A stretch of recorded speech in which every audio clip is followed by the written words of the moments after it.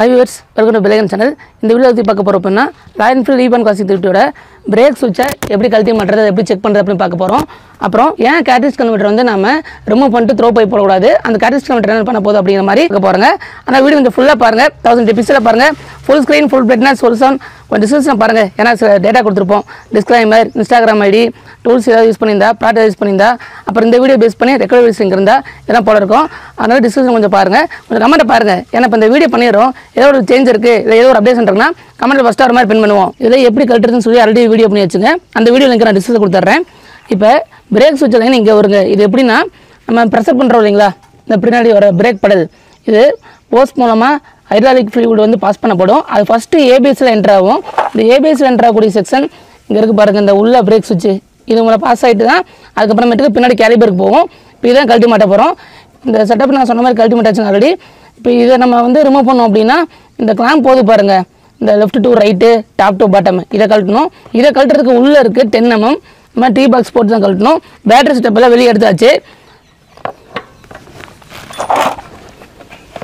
உள்ள இருக்கு உங்களுக்கு கேமரா திரும்ப தெரியல. இழுத்து பிடிச்சிட்டு டீ டைப் யூஸ் பண்ணி 10 mm கழட்ட வேண்டியதான். கொஞ்சம் இப்படி இழுத்து பிடிச்சி அல்ஸ் பண்ணாமல் நம்ம கழட்டி ஆகணும். ரொம்ப எடுத்துறாதீங்க, இதை உடச்சிரும் இந்த கவரை.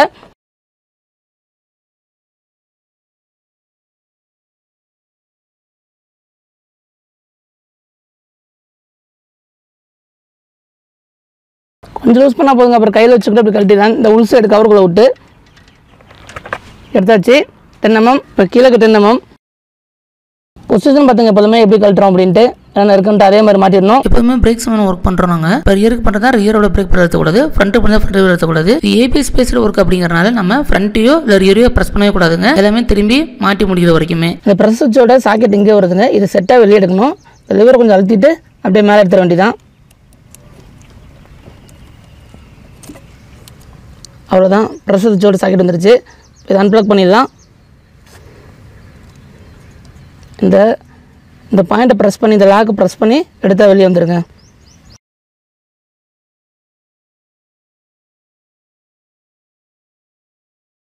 பேனல் யூஸ் பண்ணும்போது இப்படி திருப்பி யூஸ் பண்ணிங்கன்னா கொஞ்சம் கரெக்டாக இருக்குங்க நமக்கு கிளியர் பண்ணுறதுக்கு.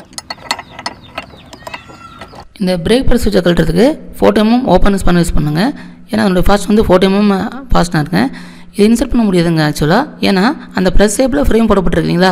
ஆமாங்க, அந்த ஓப்பன் காமிச்சிருங்களா 10 mm ஃபாஸ்ட்னரு 3 ஃபாஸ்ட்னரு அது கழட்டின அப்புறமேட்டு கூட ஃபுல்லாக வெளியே வராதுங்க இந்த frame. Left to right top to bottom இந்த ப்ரெஸ் ஷேப்பில் இருக்கக்கூடிய ஃப்ரேமில் டாப்பில் பிடிச்சி இழுக்கும்போது கொஞ்சம் லைட்டாக வளைஞ்சிருங்க. அப்போ கேப் கிரியேட் ஆகும். அதுக்கப்புறம் இந்த 14 mm ஓப்பன் யூஸ் பண்ண இன்சர்ட் பண்ண முடியும்.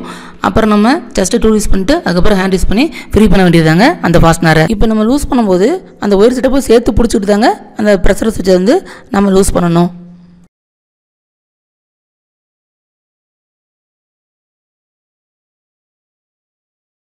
இப்போ ப்ரெஷர் சுவிட்ச் எடுத்தாச்சுங்க. பிரேக் ப்ரெஷர் சுவிட்ச் இதில் உங்களுக்கு ஒரு வாசர் போடப்பட்டிருக்கு. அதே சமயம் இந்த ஹைட்ராலிக் லைன் வருது இல்லைங்களா, அதுக்கு இங்கிட்டும் கீழே பார்த்தீங்கன்னா தெரியும் ஒரு வாசர் போடப்பட்டிருக்கு. அது அப்படியே இருக்கட்டும். நாம் இப்போ இந்த ப்ரெஷர் சுவிட்ச் எடுத்தப்ப எதுவும் ஃப்ளூயிட் வெளியே வரல. சப்போஸ் வந்துச்சு அப்படின்னா நம்ம திரும்பி பிரேக் ஓட் பண்ண வேண்டியது இருக்குங்க. ஹைட்ராலிக் ஃப்ளூயிட் ஃபில் பண்ணி இந்த சுவிட்ச் எப்படி ஃபங்க்ஷன் ஆகுது அப்படின்னு சொல்லிடுறேங்க. இப்போ இந்த பிரேக் பண்ண அழுத்த மாட்டேன், ஏன்னா இதை நம்ம கழட்டி வச்சிருக்கோம். அதனால் பெடல் அழுத்தும் போது நம்ம ஹைட்ராலிக் ஃப்ளூயிட் ப்ரெஷர் ஏறும், ஏபிஎஸ்ல லோட் ஆகும்போது அந்த டைமில் இந்த சுவிட்சுக்கு ப்ரெஷர் கிடைக்கும். இது சுவிட்ச் கிடச்சி அப்படின்னா இது நார்மலி ஓப்பன், கரண்ட்டை பாஸ் பண்ணாது. நமக்கு எப்போ ப்ரெஷர் கிரியேட் பண்ணுறோமோ அப்போ வோல்ட்டை பாஸ் பண்ணும். ப்ரெஷர் கிரியேட் ஆகும்போது இது கரண்ட் ஏற்படும். நார்மலி ஓப்பன் க்ளோஸ் ஆகும்.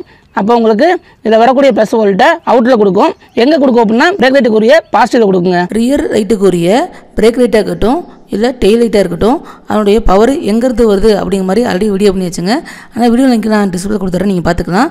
இப்போ இந்த ப்ரெஷர் சுவிட்சை கூட கண்டினியூ நம்ம செக் பண்ணுறோம். கண்டிப்பாக கண்டினியூட்டி காட்டாது. ஏன்னா ப்ரெஷர் கிரியேட் பண்ணாதாங்க நார்மலி ஓப்பன் அப்படிங்கிறது க்ளோஸ் ஆகும். இப்போ இந்த பிரேக் ப்ரெஸ் சுவிட்ச் மாட்ட போகிறோம் இல்லைங்களா, இதில் அந்த ஹைட்ராலிக் ஓஸு கீழே ஒரு வாசர் வருங்க. அந்த ஹைட்ராலிக் ஓஸு மேலே ஒரு வாசர் வரும். இது கரெக்டாக பார்த்து, அதாவது கழட்டும் போது என்ன பொசிஷன் பார்த்துட்டு அதை வச்சு நம்ம ஃபிக்ஸ் பண்ண போகிறோங்க. இந்த வாசர் கரெக்டாக ப்ளேஸ் பண்ணியாச்சு. இப்போ இந்த ஹைட்ராலிக் லைனை கரெக்டாக ஃபிக்ஸ் பண்ணணும். வச்சு இதை அழுத்தி இது ப்ரெஷர் வச்சு தான் இது டைட் ஆகும். அப்போ நம்ம கிராஸாக வச்சு பண்ணிட்டோம் அப்படின்னா த்ரெட்டு போயிடும். ஏபிஎஸ் நெட்டு 12,000 அந்த மாதிரி வரும். அதனால் நம்ம கொஞ்சம் பார்த்து பண்ணுங்க. த்ரெட்டு ஃப்ரீயாக போடணும். சப்போஸ் டைட்டு பிடிச்சி போகிற மாதிரி தான் நம்ம கிராஸ் பண்ணி கருத்தோம் முதல்ந்து பண்ண வேண்டியது இருக்கும். இந்த ஒயரையும் கூட சேர்ந்து என் கையை பாருங்க எப்படி பிடிச்சிருக்கு அப்படின்ட்டு அது மாதிரி வச்சு திருப்ப வேண்டியது இருக்குது. கேபிள்னா அதுக்கிட்டே ஒயர்ஸ் விட மாட்டோம்னா கையிலேங்க எந்த அளவுக்கு மேக்ஸிமம் கையில் ஒன்றும் பண்ணிட்டு அப்புறம் தாங்க டூல். இப்போ டூல் போட்டு டைட் பண்ணுங்க 14 mm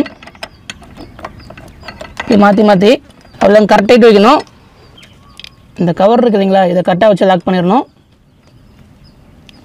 அப்புறம் சாக்கெட்டை மாட்டிட வேண்டியதான்.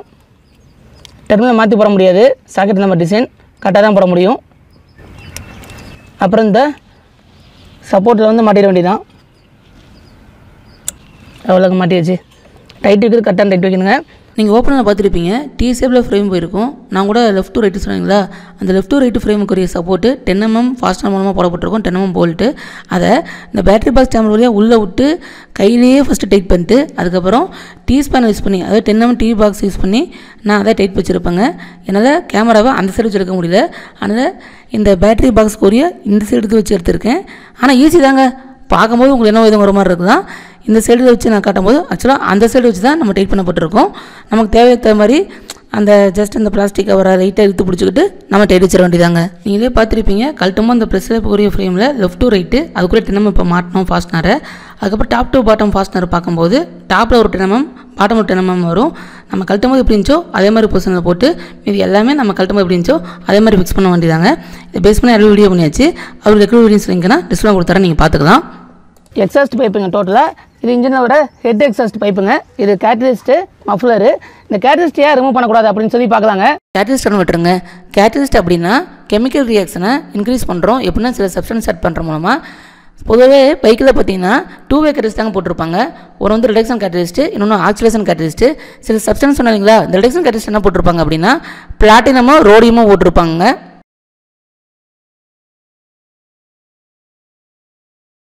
இந்த ஆக்சிலேஷன் கேட்டலிஸ்ட்டில் பிளாட்டினமும் பலேடியமும் போட்டிருப்பாங்க.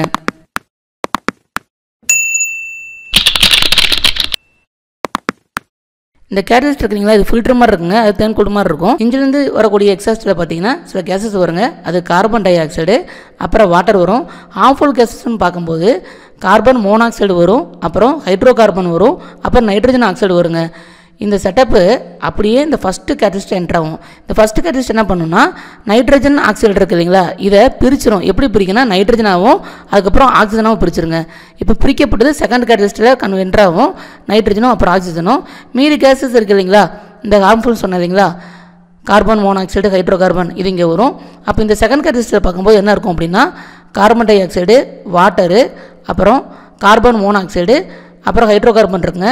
இந்த கார்பன் மோனாக்சைடும் ஹைட்ரோ கார்பன் எப்படி பிரியும் அப்படின்னா இந்த கேட்டலிஸ்ட்டு பிரிச்சிருங்க. இந்த ஆக்சிஜன் கேட்டலிஸ்ட்டு கார்பன் மோனாக்சைடை கார்பன் டை ஆக்சைடாக பிரிச்சிருங்க ஆக்சிஜனோட சேர்த்து. இந்த ஹைட்ரோ கார்பன் இருக்கு இல்லைங்களா, அது ஆக்சிஜனோட சேர்ந்து வாட்டராகவும் அப்புறம் கார்பன் டை ஆக்சைடும் பிரிஞ்சிருங்க.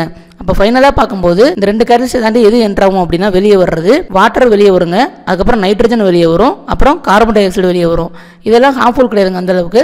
வாட்டர் வெளியே வருது, அது மஃப்ளர் பார்ட்டு. அந்த எக்ஸாஸ்டோட கடைசி பார்ட்டில் வெளியே வரும்போது வாட்டர் வந்து ஃபைன் பார்ட்டிகளாக போயிடும், அது நமக்கு தெரியாதுங்க. இந்த நைட்ரஜன் கார்பன் டை ஆக்சைடு இந்த ஹார்ம்ஃபுல்லை கம்பேர் பண்ணும்போது இது அந்தளவுக்கு நமக்கு ஒன்றும் இல்லைங்க. அப்போ கேட்டலிஸ்ட் கன்வெர்ட்டர் வந்து எந்த அளவுக்கு மெயினான பார்ட்டை ப்ளே பண்ணுதுன்னு பாருங்கள். வர்றது இந்த கேஸு, வெளியே ஃபைனலாக போகிறது நம்ம பார்த்த மாதிரி வாட்டரு, நைட்ரஜனு, அதுக்கப்புறம் கார்பன் டை ஆக்சைடு வெளியே வருது. அப்போ நம்ம இந்த கேட்டலிஸ்ட் கன்வெர்ட்டரை வந்து ரிமூவ் பண்ணிவிட்டு சவுண்டுக்கு ஆசைப்பட்டு நம்ம த்ரோ பைப் போடக்கூடாதுங்க. அப்படி போட்டால் சவுண்ட் என்னவோ வரும். ஆனால் அடுத்த டாப்பிக்கில் சொல்லுறேங்க எக்ஸாஸ்ட் பைப் என்னென்ன கேட்டகரி இருக்குது அப்படின்ட்டு. நாம் இந்த மாதிரி கேட்டலிஸ்ட்டை மாற்றினாலையோ இல்லை இதுக்கு அப்புறம் வரக்கூடிய மஃப்ளர் பார்ட்டை மாற்றினாலையோ நமக்கு என்னாகும் அப்படின்னா இன்ஜினுக்குரிய பேக் ப்ரெஷர் கொஞ்சம் போகுங்க. அந்த 4 ஸ்ட்ரோக் சைக்கிள் நடக்கும்போது நம்ம ஏதாவது ஒன்று டிஸ்டர்ப் பண்ணோம், ஸ்டாக்கோட செட்டப்பை மாற்றிட்டு ஏதாவது டிஸ்டர்ப் பண்ணோம் அப்படின்னா ஆட்டோமேட்டிக்காக மைலேஜ் குறையிறது, வாலோட அந்த அட்ஜஸ்ட்மெண்ட் பண்ண வேண்டியது இருக்கும். சில ஸ்பேர்ஸ் வந்து இன்ஜினில் ஸ்பாயில் ஆகலாம், அந்த மாதிரிலாம் இருக்குங்க. அதனால் கேட்டலிஸ்ட்டை ரிமூவ் பண்ணுறது அப்புறம் மஃப்ளர் பட்டை மாற்றுறது இதெல்லாம் வேண்டாங்க. அடுத்த வீடியோ நான் கிளியராக போடுறாங்க என்ன இது அப்படின்ட்டு. இப்போ இந்த பிரேக் ப்ரெஷர் சுவிட்ச் மாற்றணும் இல்லைங்களா, மாற்றின அப்புறமேட்டுக்கு பிரேக் அப்ளை பண்ணி பார்த்தேன், கொஞ்சம் ஏர் லாக் ஆகப்பட்டிருந்துச்சு. நம்ம ஆல்ரெடி டாபிக் பார்த்துருக்கோங்களா, எப்படி நம்ம ஹைட்ராலிக் ஃப்ளூயிடை வந்து ப்ளீட் பண்ணுறது அப்படின்ட்டு. அந்த கான்செப்ட் அந்த வீடியோட லிங்க் நான் டிஸ்பிளே கொடுத்துறேன், பார்த்துக்கங்க. அதுபடி நம்ம ஏர் லாக்கை சரி பண்ணி வச்சுங்க. இந்த வீடியோ பிடிச்சிருந்தா லைக் பண்ணுங்கள், கொஞ்சம் ஷேர் பண்ணுங்கள். ஏன்னா நம்ம ராயல் என்ஃபீல்டு மெம்பர்ஸுக்கு கண்டிப்பாக இடத்துல ஒரு சப்போர்ட்டிவாக இருக்கும். உங்களால் டவுட்டு நீங்கள் எதாவது கேட்கணும் அப்படின்னா கமெண்ட்டில் கேளுங்க. இது அதேமாதிரி டவுட்னா இன்ஸ்டாகிராம் ஐடிக்கு வாங்க, voice call video call clear பண்ணிக்கலாம். இப்போ நம்ம சேனலுக்கு புதுசானா நம்ம சேனல் சப்ஸ்கிரைப் பண்ணுங்கள் பெல் பட்டனோட.